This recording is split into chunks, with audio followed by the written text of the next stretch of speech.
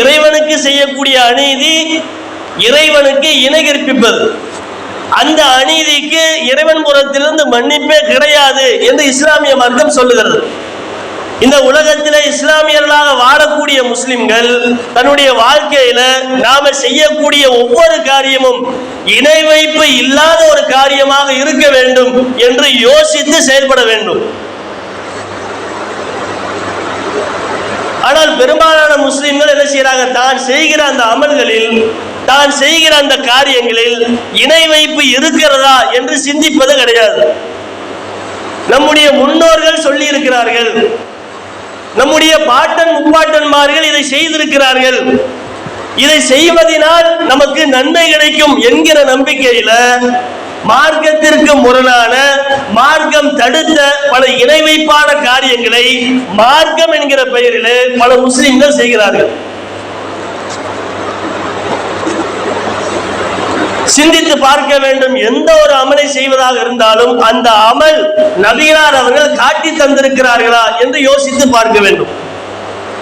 மன் அமில அமலன் லைஸ அலைஹி அம்ருனா ஃபஹுவ, என்னுடைய அனுமதி இல்லாமல் யார் மார்க்கம் என்கிற பெயரிலே ஒரு காரியத்தை செய்கிறாரோ ஃபஹுவ, அது நிராகரிக்கப்படும் என்று சொல்றார். மார்க்கம்னு நீங்க எதை செய்தாலும் ரசூலுல்லாஹ் சொல்லி இருக்காங்களா, அல்லாஹ்வுடைய தூதர் எம்பெருமானார் நபிகள் நாயகம் ஸல்லல்லாஹு அலைஹி வஸல்லம் அவங்க நமக்கு அறிவுறுத்தியிருக்கிறார்களா என்று பார்த்துதான் அந்த அமலை கடைபிடிக்க வேண்டும். அல்லது குர்ஆனில் இருக்கிறதா, திருமறை குர்ஆனில் இறைவன் நமக்கு சொல்லி இருக்கிறானா என்று இந்த இரண்டை தவிர வேறு ஏதாவது ஒரு வழியை தேர்ந்தெடுத்தால் அது இஸ்லாமிய மார்க்கத்தினுடைய வழி கிடையாது.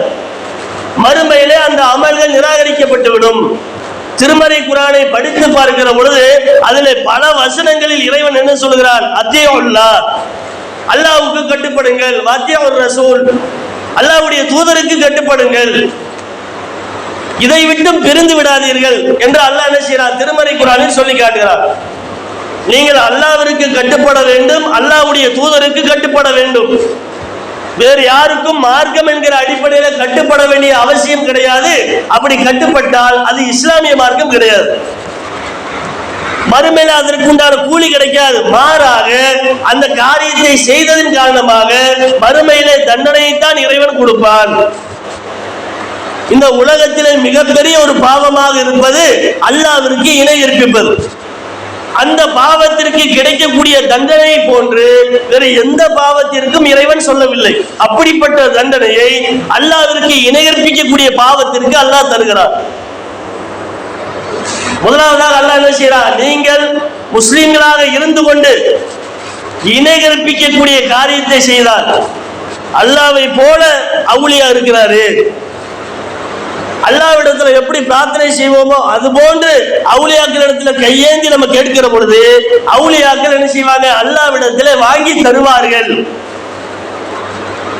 மக்கத்து காபிர்கள் அப்படித்தான் நம்பினார்கள். எப்படி நம்பினாங்க, அவங்களுக்கு அல்லாஹ்வை தெரியும், அல்லாஹ்வை கடவுள் என்று நம்பி இருந்தார்கள். பிறகு ஏன் அவர்களை காபிர்கள் என்று அல்லாஹ் சொல்லி காட்டுகிறான், யோசிச்சு பாருங்க. நபிகளாருடைய தந்தை பேர் என்னங்க, அப்துல்லா. அவர் யாரு, இஸ்லாமியர் கிடையாது. நபிகளார் அவர்கள் பருவ வயதை அடைந்து நபி பட்டம் பெறுகிற அந்த நேரத்தில் அப்துல்லா அவருடைய தந்தை, நபிகளாருடைய தந்தை உயிரோடு இல்லை. அப்ப அவங்க இஸ்லாமியனா இல்ல, ஆரம்ப மார்க்கத்திலே அவர்கள் இறந்து விட்டார்கள். அப்ப அவருக்கு பேர் என்னங்க, அப்துல்லா, அல்லாஹ்வினுடைய அடிமை. எப்படி பேர் வச்சாங்க, அல்லாஹ்வை நம்பினார்கள். அபு ஜஹல் அல்லாஹ்வை நம்பினார். ஆரம்பத்தில் அபு சுஃபியான் அல்லாஹ்வை நம்பினார்கள். அப்ப யாரெல்லாம் மிகப்பெரிய காஃபிர்கள், இஸ்லாத்தை அழிப்பதற்காக ஆரம்ப காலகட்டத்தில் பாடுபட்டவர்கள் என்று எடுத்து பார்க்கிற பொழுது அனைவரும் என்ன செஞ்சாங்க, அல்லாஹ்வை நம்பினார்கள். பிறகு ஏன் அவர்களை காஃபிர்கள் என்று அல்லாஹ் சொல்லுகிறான், அல்லாஹ்வை நம்பியதை போன்று குட்டி குட்டி தெய்வங்களையும் என்ன செஞ்சாங்க, நம்பினார்கள். அல்லாஹ்வை நம்புற மாதிரி ஒரு சிலையை வடித்து இந்த சிலை நமக்கு ஏதாவது தரும், இந்த சிலை இடத்திலே வேண்டுதல் நடத்தினால் அல்லாஹ்விடத்திலே அது வாங்கி தரும், மழை கேட்டால் இது அல்லாஹ்விடத்திலே வாங்கி தரும், நாம நேரடியாக கேட்க முடியாது, இந்த சிலைகளில் குட்டி தெய்வங்களின் மூலமாக இறைவனிடத்தில் கேட்கலாம் என்கிற நம்பிக்கையின் காரணமாக, அந்த நம்பிக்கையில் இருந்ததின் விளைவாக அவர்களை அல்லாஹ் காபிர்கள் என்று சொல்லுகிறார். நம்பினா அல்லாஹ்வை முழுமையாக நம்ப வேண்டும். அல்லாஹ்வுடைய ஆற்றல்ல பங்கு போடக்கூடாது. முழுமையான ஆற்றல் அல்லாஹ்வுக்கு மட்டுமே என்று முழுமையாக இறைவனை, அல்லாஹ்வை இறைவன் என்று நம்பினால்தான் ஒரு மனிதன் உண்மையான முஸ்லிமாக ஆக முடியும். இப்ப பாருங்க, இன்றைய காலகட்டத்தில் சில முஸ்லிம்கள் என்ன செய்யறாங்க? அவுலியாக்களை நம்புறாங்க. அப்படி அவுலியாக்களை எப்படி நம்புறாங்க? இந்த அவுலியாக்களிடத்துல கையேந்தி கேட்கிற பொழுது இவங்க என்ன செய்வாங்க? இறைவன்கிட்ட கேட்டு நமக்கு வாங்கி தருவாங்க. நேரடியாக இறைவனை நம்மால் தொடர்பு கொள்ள முடியாது. இது ஏதோ பிரதமர் முதல்வரை தொடர்பு கொள்வது போல என்ன செய்யறாங்க? படைத்த இறைவனை நினைத்து விட்டார்கள். அல்லாஹ்வை தொடர்பு கொள்ள வேண்டும் என்றால் கையேந்தி பிரார்த்தனை செய்தால் போதும், இறைவன் நம்முடைய வேண்டுதலை கேட்கிறார். நம்முடைய பிடரி நரம்புக்கு அருகாமையில் இறைவன் இருக்கிறார் என்று திருமறை குர்ஆன்ல நம்ம பார்க்கிறோம். அப்ப மிக நெருக்கத்தில் அல்லாஹ் என்ன செய்யறார்? நம்மை கண்காணிக்கிறார். நாம பேசக்கூடிய, நம்ம நினைக்கக்கூடிய, நம்ம யோசிக்கக்கூடிய எல்லா விஷயத்தையும் இறைவன் கண்காணிக்கிறான் என்கிற பொழுது, நாம கையேந்தி கேட்கிற பொழுது இறைவன் நமக்கு தருவான், நம்முடைய வேண்டுதலுக்கு பதிலளிப்பான். ஆனா நம்ம முஸ்லிம் என்ன செய்யறாங்க? நம்பிக்கை குறைவாக இருக்கிற காரணத்தால் என்ன செய்யறாங்க? இல்ல அவுலியாக்கிட்ட கேட்டோம்னா அவங்க வாங்கி தருவாங்க. இது நம்பிக்கை குறைபாடு. இந்த குறைபாடு நம்ம இடத்துல வந்துவிடக் கூடாது. எந்த முஸ்லிம் இடத்துல இந்த குறைபாடு இருந்தாலும் அதை நீக்க வேண்டும். முழுமையாக இறைவனிடத்துல கேட்க வேண்டும். இந்த இணை வைப்பை தான் மக்கத்து காபிர்கள் செய்தார்கள். நாம நன்மைங்கிற அடிப்படையில நம்ம செய்யறோம். சில முஸ்லிம்கள் செய்யறாங்க. ஆரம்பத்துல மக்கத்து காபிர் என்ன செஞ்சாங்க? அதைத்தான் செஞ்சாங்க. அதை செய்ததின் காரணமாக அவர்களை காபிர்கள் என்று இஸ்லாம் சொல்லுகிறது. நம்ம மக்கள், சில மக்கள் செய்யறாங்க. இதுக்கு நம்ம என்ன சொல்றது? அந்த காரியத்தை செய்யறாங்களா இல்லையா? முஸ்லிமாக இருந்து கொண்டு இணை வைப்பான காரியத்தை செய்கிற பொழுது எவ்வளவு பெரிய பாவம்! அந்த இணை வைப்பு என்கிற பாவத்தை செய்கிற பொழுது நாம செய்கிற எல்லா நன்மைகளும் அழிந்துவிடும். இணை வைப்பு அல்லாஹ் மன்னிக்கவே மாட்டான். இன்னல்லாஹ லா யக்ஃபிரு அன் யுஷ்ரக பிஹி, நீங்கள் அல்லாஹ்விற்கு இணை கற்பித்து விட்டால் அல்லாஹ் அந்த பாவத்தை மன்னிக்க மாட்டான். வயக்ஃபிரு மா தூன ஸாலிக லிமன் யஷா, அதற்கு கீழ்நிலையில் உள்ள பாவங்களை தான் நாடியோருக்கு இறைவன் மன்னிப்பான். ஒரு மனிதர் இணை வைப்பு என்கிற காரியத்தை செய்யல, அல்லாஹ்வுக்கு இணை வைக்கல, முழுமையாக அல்லாஹ்வை நம்பக்கூடிய ஒரு மனிதனாக வாழ்கிறார். ஆனா அந்த வாழ்க்கையில அவர் தொழுகையில ஈடுபடல, நோன்பு வைக்கல, மற்ற அமல்களை செய்யல, தீமைகள் அதிகமா செய்யறாரு. ஆனா இணை வைப்புங்கிற பாவத்தை மட்டும் அவர் செய்யல. இப்படி இருக்கிற பொழுது அவர் மரணத்தை அடைகிறார். மரணத்தை மறுமையில இறைவனை சந்திக்கிற பொழுது இறைவன் நாடினால் என்ன செய்வார்? அந்த மனிதரை அவர் செய்த பாவங்களை எல்லாம் மன்னித்து இப்போ சொர்க்கத்துக்கு போ என்று அல்லாஹ் அனுப்புவார். நாடாவிட்டால் அவருக்கு என்ன தீமை செய்தாரோ, எவ்வளவு காலம் தீமை செய்தாரோ அதற்கு ஈடாக நரகத்தை அல்லாஹ் தருவான். பிறகு அல்லாஹ் என்ன செய்வான்? சொர்க்கத்துல தூக்கி போட்டுருவான். உன்னுடைய உள்ளத்துல ஈமான் இருக்கிறது என்ற காரணத்தினால். இதே ஒரு முஸ்லிம் வாழுகிற காலகட்டத்தில் 5 நேரம் தொழுகிறார், நோன்பு வைக்கிறார், சதக்கா தர்மம் பண்றாரு, எல்லா விதமான அமல்களையும் செய்கிறார். பார்த்தா இவர் மாதிரி ஒரு முஸ்லிம் யாருமே இருக்க மாட்டாங்க என்று சொல்லுகிற அடிப்படையில் அவர் நடந்து கொள்கிறார். அவர் மரணத்தை அடைகிற அந்த நேரத்தில் அல்லாஹ் அதற்கு இணை கற்பித்து விட்டார். என்ன செய்யறாரு? அல்லாஹ்வுக்கு இருக்கிற ஆற்றலை போல அவுலியாக்களுக்கும் இருக்கிறது. அவங்க கேட்டா வாங்கி தருவாங்க, அந்த ஆற்றல் உங்கள்கிட்ட இருக்குது என்று அவுலியாக்களிடம் முழுமையாக நம்பிக்கை வைக்கக்கூடிய முஸ்லிம்கள், அல்லாஹ்வின் மீது பாதி நம்பிக்கை, அவுலியாவின் மீது பாதி நம்பிக்கை வைக்கக்கூடிய முஸ்லிம்கள், யாரெல்லாம் அல்லாஹ்விற்கு இணை கற்பிக்கக்கூடிய காரியங்களாக இருக்கக்கூடிய காரியத்தை செய்கிறார்களோ அது போன்ற காரியத்தை செய்து மரணிக்கிற அந்த நேரத்தில் இறைவன் என்ன செய்வான்? மறுமையில கேள்வி கேட்பான். நீ 5 நேரம் தொழுத, நோன்பு வச்ச, எல்லாம் சரி, சாகிற நேரத்தில் ஏன் எனக்கு நீ இணை வைத்தாய்? மரணிக்கிற தருவாயில நீ முஸ்லீமாக மரணிக்காமல் காஃபிராக ஏன் மரணித்தாய் உனக்கு ஏன் கயிறு மேல நம்பிக்கை வந்தது? சாதாரண கயிறு மேல இந்த கயிறை கட்டினால் என்னுடைய நோயை அல்லாஹ் தீர்ப்பான். இந்த கயிறின் மூலமாக, இந்த கயிறுக்கு ஒரு ஆற்றல் இருக்கிறது. நான் கடுமையாக நோய்வாய்ப்பட்டிருக்கிறேன், இந்த கயிறை கட்டினால் என்னுடைய நோய் பறந்து ஓடி விடுகிறது என்றெல்லாம் கயிறின் மீது நம்பிக்கை வைக்கக்கூடிய முஸ்லிம்களை பார்க்கிறோம். எதை மீது நம்பிக்கை வைக்கிறார்களோ அந்த அத்தனை விஷயங்களை பற்றியும் இறைவன் கேட்பார். எம்மேல நம்பிக்கை வைக்க மாட்டேன் நல்லா கேட்பான். அப்ப அப்படி கேட்கிற பொழுது நம்ம என்ன பதில் சொல்ல முடியும்? யோசிச்சு பாருங்க. இணை வைத்த நிலையில் ஒரு முஸ்லிம் இறந்து விட்டால் அவருக்கு மறுமையில கிடைக்கக்கூடிய இடம் சொர்க்கம் கிடையாது, நரகம்தான். பரவாயில்ல, அந்த இணை வைப்பை மன்னித்து விடலாம் என்று அல்லாஹ் மன்னிக்க மாட்டான். ஏன் மன்னிக்க மாட்டான்? நான் மன்னிக்க மாட்டேன் என்று அல்லாஹ் குர்ஆன்ல சொல்லிட்டான். இணை வைப்பை நான் மன்னிக்க மாட்டேன், வேற பாவத்தை நீ செஞ்சுட்டு முன்னாடி வந்து நின்னா நான் நினைச்சா உன்னை மன்னிப்பேன். அப்படிப்பட்ட மிக பெரும் பாவமாக இருப்பது இணை வைப்பு. அதே போன்று நாம செய்யக்கூடிய மற்ற நல்ல அமல்கள் அழிந்துவிடும். 5 நேரம் தொழுதுகிட்டே கோயிலுக்கு போறார், 5 நேரம் தொழுதுகிட்டே அல்லாஹ்வின் மீது வைக்கிற நம்பிக்கையை மற்ற மனிதர்கள் மீது, அவுலியாக்கள் மீது வைக்கிறார்கள். அப்படி வைத்தால் அவர் யாராக இருந்தாலும், 5 ஹஜ் 6 ஹஜ் செய்த மிகப்பெரிய ஹாஜியாக இருந்தாலும் அவருக்கு கிடைக்கக்கூடிய மறுமை பரிசு என்பது நரகம். அவர் செய்யக்கூடிய எல்லா அமல்களும் இறைவன் என்ன செய்வான்? அழித்து விடுவான். திருமறை குர்ஆன்ல அல்லாஹ் அழகா சொல்லி காட்டுறான். லயின் அஷ்ரக்த லயஹபதன்ன அமலுக. நபிகளாரை பார்த்து அல்லாஹ் சொல்கிறார், நபியே லயின் அஷ்ரக்த லயஹபதன்ன அமலுக, நீங்கள் இணை கற்பித்தாலும் உங்களது நல்லறமும் அழிந்துவிடும். யாரை பார்த்து? ரசூலுல்லாவை பார்த்து அல்லாஹ் சொல்கிறான். ரசூலுல்லாஹ் இணை வைக்க மாட்டாங்க. நீங்கள் இணை வைத்தாலும் உங்களுடைய நல்ல அமல்களும் அழிந்துவிடும் என்றால், நாம இணை வைத்தால் நம்முடைய அமல்களை அல்லாஹ் கண்டிப்பாக அழித்து விடுவான். மறுமையிலே அதை வைத்து நம்ம சொர்க்கம் போக முடியாது என்பதை புரிந்து கொள்ள வேண்டும்.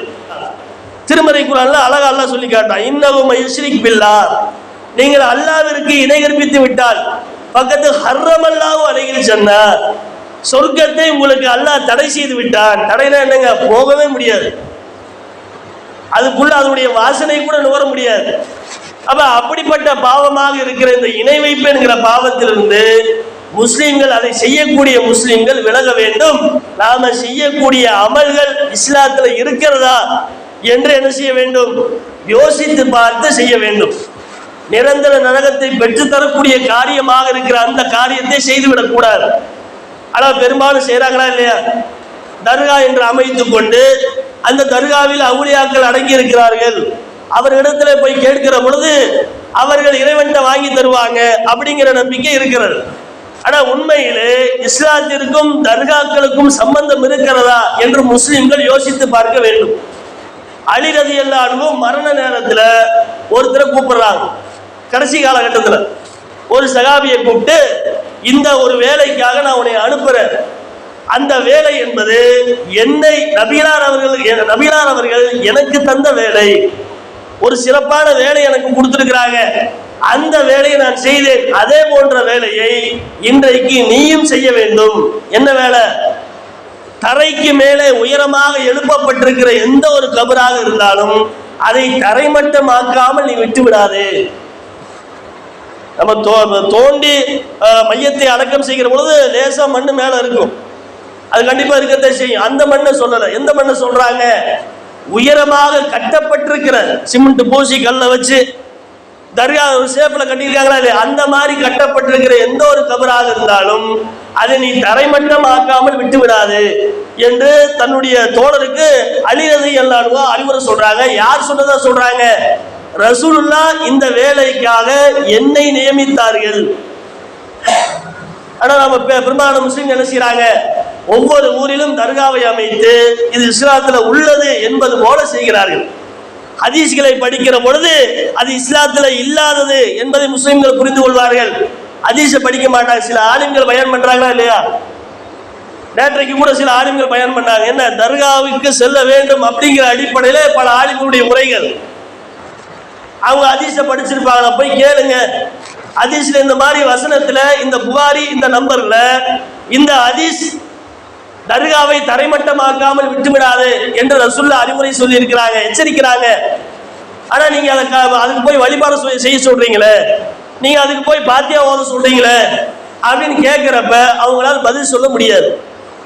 அப்ப மார்க்கத்தில் ஒன்று இருக்கிறது, வேறு விதமாக சில ஆலிம்கள், பெரும்பாலான ஆலிம்கள் கிடையாது, சில ஆலிம்கள் என்ன செய்யறாங்க, மாற்றமாக மக்களுக்கு இணை வைப்பை ஊக்குவிக்கிறார்கள். இது மிகப்பெரிய கொடிய ஒரு காரியம். இது ஷியா மதத்துல தான் அப்படிப்பட்ட ஒரு காரியம் இருக்கிறது. ஷியா மதம் தான் என்னங்க, ரசூல்லா அவங்களுக்கு பெரிய பொருட்டே கிடையாது. ரசூல்லா எதை சொன்னாலும் அதை அவங்க ஏத்துக்க மாட்டாங்க. அலி ரலியல்லாஹு அன்ஹு எதை சொன்னாலும் நான் ஏத்துக்குவோம். அப்ப அலி ரலியல்லாஹு அன்ஹு அவர்களை இறை தூதராக நினைக்கக்கூடிய ஒரு கூட்டம் எதுன்னு கேட்டா ஷியா பிரிவினர். அவங்க தான் என்ன செய்வாங்கன்னா தர்காவை அமைத்து அதிலே வழிபாடு செய்யக்கூடிய பழக்கம் ஷியா மதத்திலே இருக்கக்கூடிய பழக்கம். அந்த ஷியா மதத்திலே ஓதிய சில ஆளுங்கள் தமிழகத்திலே பரவி என்ன செய்யறாங்க, அந்த வழிபாடை ஊக்குவிக்கக்கூடிய காரியத்தை அதிகமா செய்யறாங்க. இது இஸ்லாத்துல கிடையாது. தர்கா என்கிற கான்செப்டே இஸ்லாத்துல கிடையாது. அது இருந்தால், இஸ்லாமிய ஆட்சி நடந்தால் அதை இடிக்க வேண்டும். ரசூலுல்லாஹ் கூட என்ன செஞ்சிருக்கிறாங்க, மரண நேரத்துல அந்த யூதர்களையும் கிறிஸ்தவர்களையும் அல்லாஹ் நாசமாக்குவானாக. எதுக்கு நாசமாக்கணும்? அவங்களுடைய வேலை என்னன்னு கேட்டா, ஒரு நல்ல அடியார் அவருடைய சமுதாயத்துல இறந்து விட்டால் அவர்களை அடக்கம் செய்து அவருடைய அடக்கத்தலத்தை வழிபாடு செய்யக்கூடிய இடமாக மாற்றி விடுகிறார்கள். அவர்களை அல்லாஹ் சபிக்கிறான் என்று சொல்லி என்ன செய்யறாங்க, ரசூலுல்லாஹ் சபிக்கிறாங்க. அவங்க நாசமா போகட்டும். ஏன் அல்லாவை வணங்காம நல்ல அல்லாவை வணங்கு என்று சொன்ன நல்ல மனிதர் அவர் இறந்த பிறகு அவரை அடக்கம் செஞ்சு இதோ கடவுள் இருக்கிறார் அப்படின்னு ஒரு கோயிலை கட்டி சர்ச்சை கட்டிடுவாங்க, கோயிலை கட்டிடுவாங்க, வழிபாடு செய்யக்கூடிய இடமா மாத்திடுவாங்க. அது போன்ற வேலையை நான் இறந்த பிறகு செய்து விடாதீர்கள் என்று என்ன செய்யறாங்க, தன்னுடைய சகாபாக்களுக்கு எச்சரிக்கை பண்றாங்க. ஆனா இன்றைக்கு என்ன செய்யறாங்க, நபிகளாரை பின்பற்றக்கூடிய மக்கள் என்று சொல்லக்கூடிய முஸ்லிம்கள் அவுலியாக்கள் இறந்து விட்டால் அவர்களை அடக்கம் செய்து தர்காவை அமைத்துக் கொள்கிறார்கள். அல்லாஹ் யோசிச்சு பாருங்க, ஒரு மனிதரை அவுலியா என்று யாராவது குறிப்பிட்டு சொல்ல முடியுமா? அவுலியாக்கு என்ன இலக்கணம்? அவர் அல்லாவை அஞ்ச வேண்டும், அல்லாவை விரும்ப வேண்டும். அது மட்டும் கிடையாது, அவரை அல்லாஹ் விரும்பணும். அப்ப அல்லாவும் விரும்ப வேண்டும், அல்லாவை இவரும் விரும்ப வேண்டும். அப்படி இருக்கக்கூடிய ஒரு மனிதர் தான் அவுலியா. அதுதான் திருமறை குர்ஆன் சொல்லக்கூடிய இலக்கணம். ஆனா இன்றைக்கு அவுலியா என்று அடக்கம் செய்திருக்கிற பெரும்பாலான அவுலியாக்கள் உண்மையிலே அப்படி தேர்ந்தெடுத்தார்களா அப்படி நம்ம யோசிச்சு பார்க்கணும். எந்த ஒரு மனிதராவது இவர் அவுலியாதான் எப்படிங்க தெரியும்? இவர் அல்லாஹ்வை விரும்புறார். அது சரி, அல்லாஹ் இவரை விரும்புறானா? அது எப்படி உங்களுக்கு தெரியும்? இவர் அல்லாஹ்வை விரும்புறான்னு சொல்லி கூட உண்மையை சொல்ல முடியாது. ஏன்னு கேட்டா, உள்ளத்துல அல்லாஹ்வை விரும்பாமல் அல்லாஹ்வை விரும்புகிறேன் என்று வெளித்தோட்டத்துல அது போல நடந்து கொள்ள முடியும். தொப்பியை வச்சு தாடியை வச்சு 5 நேரம் தொழுதா அவர் முஸ்லீம்னு சொல்லி காட்ட முடியும். ஆனா உண்மையிலே முஸ்லீமா அல்லாஹ்வுக்கு தான் தெரியும். அப்ப ஒருவர் இறைவனை அதிகம் விரும்புகிறாரா என்பது நமக்கு தெரியாது. உள்ளத்தில் இருக்கக்கூடிய இறையச்சம், இறைவன் மீது உள்ள அன்பு வெளிப்படையாக தோற்றத்தை வைத்து நம்மால் புரிந்து கொள்ள முடியாது. அதை புரிந்து கொள்ளக்கூடிய ஆற்றல் படைத்த இறைவனுக்கு மட்டுமே இருக்கிறது. இறைவனுடைய தூதராக இருக்கிற இறை தூதர் நபிகள் நாயகம் ஸல்லல்லாஹு அலைஹி வஸல்லம் அவங்க இறைவனுடைய வகை செய்தியின் அடிப்படையில் சில நல்லடியார்களை இவர்கள் நல்லடியார்கள் என்று நமக்கு சொல்லி இருக்கிறார். வேறு யாரும் என்ன செய்யல, அப்படி சொல்லவும் முடியாது. அப்படி சொல்லினால் அவர் பொய் சொல்கிறார். இப்ப யோசிச்சு பாருங்க, ஒவ்வொரு ஊரிலும் தர்காக்கள் இருக்கிறது, அதிலே அவுலியாக்கள் இருக்கிறாங்க, அடக்கம் செய்யப்பட்டிருக்கிறார்கள். அவர்கள் அவுலியாவா இல்லையா என்று எப்படி நாம கண்டுபிடித்தோம்? கண்டுபிடிக்கவே முடியாது என்று இஸ்லாம் சொல்லுகிறது. அப்ப எப்படி நம்ம கண்டுபிடிச்சு அவருக்கு அவுலியா என்கிற பட்டத்தை கொடுக்க முடியும்? அது மிகப்பெரிய ஒரு பாவமா இல்லையா? அல்லாஹ் விரும்பாத ஆள அல்லாஹ் விரும்புகிறார் என்று சொல்வது எப்படி பாவம்? எவ்வளவு பெரிய பாவம்! அவர் விரும்புறாரா இல்லையான்னு தெரியாது. அப்ப இப்படிப்பட்ட ஒரு காரியத்தை என்ன செய்யறாங்க, நான் பார்த்தேன், நல்லபடியா இருந்தாரு, நல்ல ஒரு முக்மீனா இருந்தாரு, 5 நேரம் தொழுதாரு, நோன்பு வச்சாரு, அவர் செய்யாத அமலே கிடையாது என்று யார் சொன்னாலும் வெளிப்படையான தோற்றத்தை வைத்து நம்மால் முடிவெடுக்க முடியாது என்று நம்ம என்ன செய்யணும், அதை மறுத்தரணும். ஏன்னா முஸ்லிம்கள் என்ன செய்யறாங்க, நம்முடைய முன்னோர்கள் இவரை அவுலியா என்று சொல்லி இருக்கிறாங்க, அதனால நம்ம என்ன செய்யறோம், அவரை அவுலியா என்று நம்புகிறோம். அதை எப்படி நம்ப முடியும்? முடிவெடுப்பதே தவறு, முடிவெடுக்க முடியாது. அப்படி நம்முடைய முன்னோர்கள் அதை செய்தால் அதை நம்ம செய்யணுமா? மார்க்கத்தில் அப்படி இருக்குதா? மார்க்கத்தில் முன்னோர்கள் யாருங்க? அல்லாஹ்வுடைய தூதர் மட்டும்தான். சகாபாக்கள் அல்லாஹ்வுடைய தூதருடைய காலத்துல இருந்து செய்யக்கூடிய சகாபாக்கள் சில காரியத்தை செஞ்சிருப்பாங்க மார்க்கம்ங்கிற பேர்ல. ரசூலா இருக்கிற அந்த நேரத்தில் ரசூலா அங்கீகரிச்சிருப்பாங்க. அப்ப இதுதான் மார்க்கம். அல் யௌம அக்மல்து லக்கும் தீனுக்கும், உங்களுடைய மார்க்கத்தை நான் நிறைவு செய்து விட்டேன். எந்த நேரத்தில்? நபிகளார் அவர்கள் கடைசி அச்சின் போது பேசுகிற அந்த நேரத்தில் இறைவன் வகை செய்தியை இறக்குகிறான். அல் யௌம அக்மல்து லக்கும் தீனுக்கும் வ அத்மம்து அலைக்கும் நிஅமதி வ ரதீது லக்கும் இஸ்லாம தீனா, இந்த மார்க்கத்தை உங்களுக்கு நிறைவு செய்து விட்டேன் என்று அல்லாஹ் நசிர வசனத்தை இறக்கி மார்க்கத்தை பூர்த்தி செய்து விட்டார். அதற்கு பிறகு உண்டாக்கப்பட்ட அனைத்துமே மார்க்கத்திற்கு சம்பந்தம் இல்லாத ஒரு காரியம். இப்ப தர்கா எப்போ உண்டாக்கப்பட்டது யோசிச்சு பாருங்க. நபிகளாருடைய காலத்துல தர்காக்கள் கிடையாது. அப்படி மாற்று மத வழிபாடாக இருந்த அந்த தர்காவை நபிகளாருடைய காலத்துல பல சகாபாக்கள் என்ன செஞ்சாங்க? ரசூலுல்லாஹ்வுடைய கட்டளைக்கு ஏற்ப அடிச்சு நொறுக்கிட்டாங்க. உயரமாக எழுப்பப்பட்டிருக்கிற எல்லா கபர்களையும் என்ன செஞ்சுட்டாங்க? இடிச்சு தள்ளிட்டாங்க. ரசூலுல்லாஹ்வுடைய கட்டளை. அப்ப நபிகளாருடைய காலத்துல அந்த வழிபாடு கிடையாது. அப்ப நம்ம என்ன செய்யணும்? ரசூலுல்லாஹ் காலத்துல இல்லாட்டி நாம எதுக்கு செய்யணும் அப்படின்னு நம்ம யோசிக்கணும். நாம இதை சொல்லுகிற பொழுது முன்னோர்கள் செஞ்சிருக்கிறாங்க, உனக்கு என்ன தெரியும்? நீ இப்ப வந்தவன், நேற்று பேஞ்ச மழையில முளைச்ச காலா. ஆனா எங்களுக்கு முன்னோர்கள் சொல்லி இருக்கிறாங்க. நாம சொல்லல, அவங்களுக்கு எப்படி முன்னோர்கள் சொல்லி இருக்கிறாங்களோ அதே போன்று இஸ்லாத்தினுடைய முன்னோர்கள் யாருங்க? நபிகளார் ஸல்லல்லாஹு அலைஹி வஸல்லம் சஹாபாக்கள். அப்ப அந்த முன்னோர்கள் சொல்லி இருக்கிறாங்க, இது மார்க்கத்துல தடை செய்யப்பட்ட ஒன்று. இப்ப எந்த முன்னோர்கள்? ரொம்ப முன்னாடி காலத்தை சேர்ந்தவர்கள். 1400 வருஷத்துக்கு முன்னாடி ரசூலுல்லாஹ் வாழ்ந்த காலம் தான் இஸ்லாமிய மார்க்கத்தினுடைய காலம். அதற்கு பிறகு வந்த காலம் இஸ்லாத்தினுடைய காலம் கிடையாது. பின்பற்றத்தக்க விஷயங்கள் அங்கே நடத்தப்படவில்லை. அப்படி பின்பற்றினால் அது மார்க்கத்திற்கு இல்லாத ஒரு காரியம். அப்ப முஸ்லிம்கள் புரிந்து கொள்ள வேண்டும், நாம செய்யக்கூடிய அமல்களில் இணை வைப்பு இருக்கிறதா என்று யோசித்து பார்க்கணும். தர்கா கந்தூரி நடத்துவாங்க, உணவுகளை பரிமாறி என்ன செய்வாங்க? நடத்தப்படுகிற அந்த தர்கா கந்தூரிகள்ல ரசூலுல்லாஹ் காலத்துல தர்கா கந்தூரி நடத்தப்பட்டதா? ரசூலுல்லாஹ் நடத்தியிருக்கிறாங்களா? அல்லது சகாபாக்கள் என்ன செஞ்சிருக்கிறாங்க? ரசூலுல்லாஹ்வுடைய காலத்துல ஒவ்வொரு சகாபாக்களும் ஒவ்வொரு ஊர்ல இருந்தாங்க. அந்தந்த ஊர்ல என்ன செஞ்சாங்க? அவுலியாக்கள் அடக்கப்பட்டிருக்கிற அந்த இடத்துல கந்தூரி விழாக்கள் நடத்தினார்களா என்ற ஒரு கேள்வியை மட்டும் எழுப்புங்க. அந்த கேள்விக்கு பதில் வராது. அப்படி வரலன்னா இது இஸ்லாத்துல இல்லாத காரியம் நம்ம புரிஞ்சுக்க முடியும்.